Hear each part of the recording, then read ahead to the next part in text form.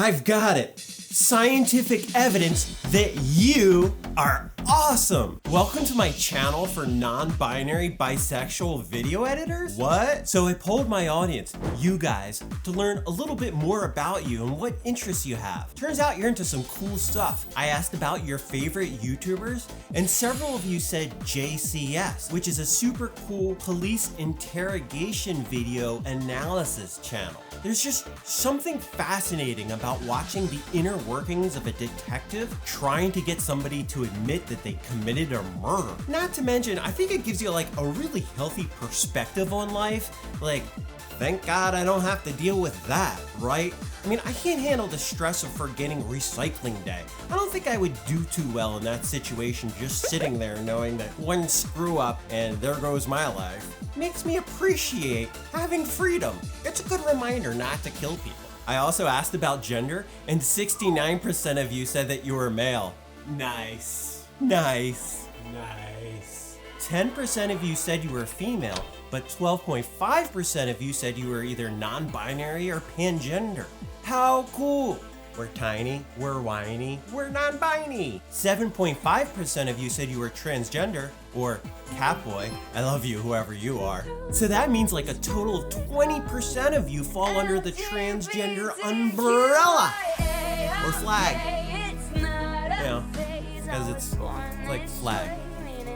This is all literally in the script. Oh, and to the one person that said that their gender was non-binary party face emoji, I feel that in my bones. Rock on, my they, them, theirs. I also asked what you were interested in, and a crazy number of you mentioned that you were interested in filmmaking, videography, and very specifically, video editing. Feels like that was always traditionally just something that was done by dudes in Hollywood trailers, but now it feels like a common skill that teenagers use to express themselves. Like, TikTok is the #1 website in the world now. Just a few days ago, Google fell to #2 after all these years of being the #1 spot. And screwing around on TikTok making content, that's technically video editing. It really is. Your average teenager can now do special effects and fancy stuff that even Stanley Kubrick would have been blown away by.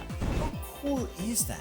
So on the topic of video editing, let me tell you about a cool trick I learned. Even if you don't edit videos, I think you'll find this interesting anyway. 2 videos ago, after finishing editing, it was time to choose music. I did the dumbest thing I possibly could have in order to make music fit the video length. I hopped on my sound provider, Epidemic Sound, and I filtered the songs from like 110 to 130 BPM to have some good energy. And then I sorted by track length. Yeah, like the video was like 5 minutes, 40 seconds, and I just looked and found the tracks that were about 5 minutes and 40 seconds. I listened to like 3 of them and chose the best one. Don't do that. Instead, I have a much better way to do things now. A little experimentation is okay in life, but damn, that was dumb. Can I show you some crazy cool shit instead? Okay. So like, here's my last video, right? It's 5.5 minutes long. Instead of that dumb method I just described, I picked out a track that I really liked.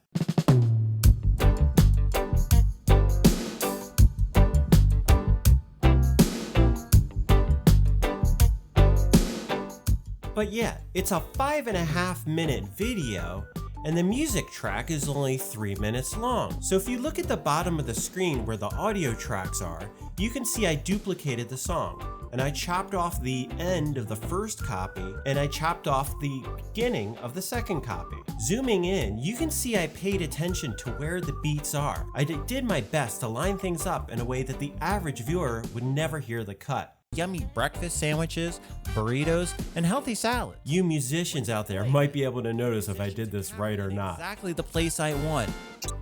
Aimed exactly. Probably not, but it's okay. And it does take a lot of effort to line up, right? You want to get the cut between the 4 beat and the 1 beat, right? You want to count 1, 2, 3, 4, 1, 2, 3, 4, cut. So damn, there's gotta be a better way to do it. This one cool trick. Let's learn about the remix feature in Adobe Audition. In order for this to work, we need to put Audition in multi-track mode, so let's do that now. Next, I'm gonna plop a nice juicy track right into track 1 from my sound provider. And because our eventual goal is to get a track that will match exactly in length, let's chop off the dead silence at the beginning of the song and at the end of the song. Now we need to go to the Properties panel, and if you don't already have it open, we need to go to Window, Properties, and that will open it up. Scroll down to Remix and expand that section. Now we just click the Remix button. So we know this song is 3.5 minutes about. Let's say we want to make the song, say 5 minutes and 25 seconds. Done. Look at that. We can see it added this squiggly lines. It looks like a crosswalk in London or something like that. Let's zoom in and let's see how well it did a cut. Are you ready? Right? How good was that? It's flawless. We can make any length, right? What if we want 20 minutes of this same song? Look, done. Look how long this is now. There's a cut, cut, cut, cut, right? I mean, it's basically repeating, long segments, but that's exactly what we want. Again, let's listen to the cut. It's so smooth. Right, I would not have been able to figure that out.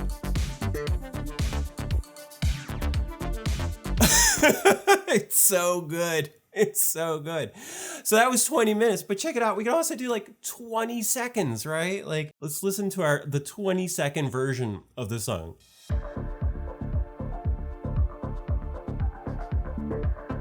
I mean, it's great because it keeps the beginning and it keeps the end. It just comes up with a new middle.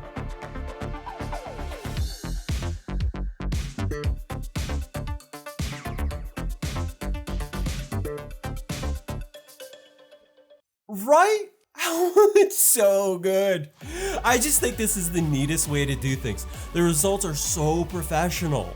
And Audition provides a number of settings to refine the process. Edit length lets you control how long each segment is. For our purposes, we really do want a long cut, but if you want to get wild with some really interesting remixes, then yeah, you can lower this. For the feature setting, if we set it more towards timbre, it's going to emphasize more of the tonal qualities when making transitions.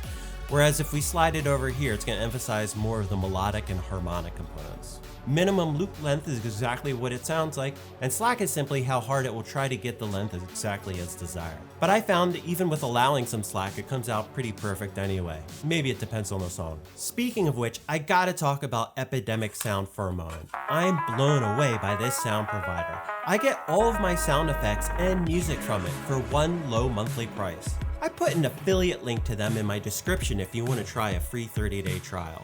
And yeah, this is technically an advertisement, but I swear to God, I was promoting them on my channel before I even knew they had an affiliate program. Seriously, go back to my past live streams. I've hyped them up before. No affiliate link or anything, because I didn't know they had one. Just liked their service. Isn't that awesome? Thumbs up if you liked this video, thumbs down if you didn't. That way I know what kind of content to make in the future. Because if you haven't figured it out, like almost every one of my videos has been different so far and I'm still figuring things out, finding my groove. It's about the journey, man. And if you think I deserved it, smash that subscribe button and hit the bell icon so you get notified of new videos. Love you guys and be yourself.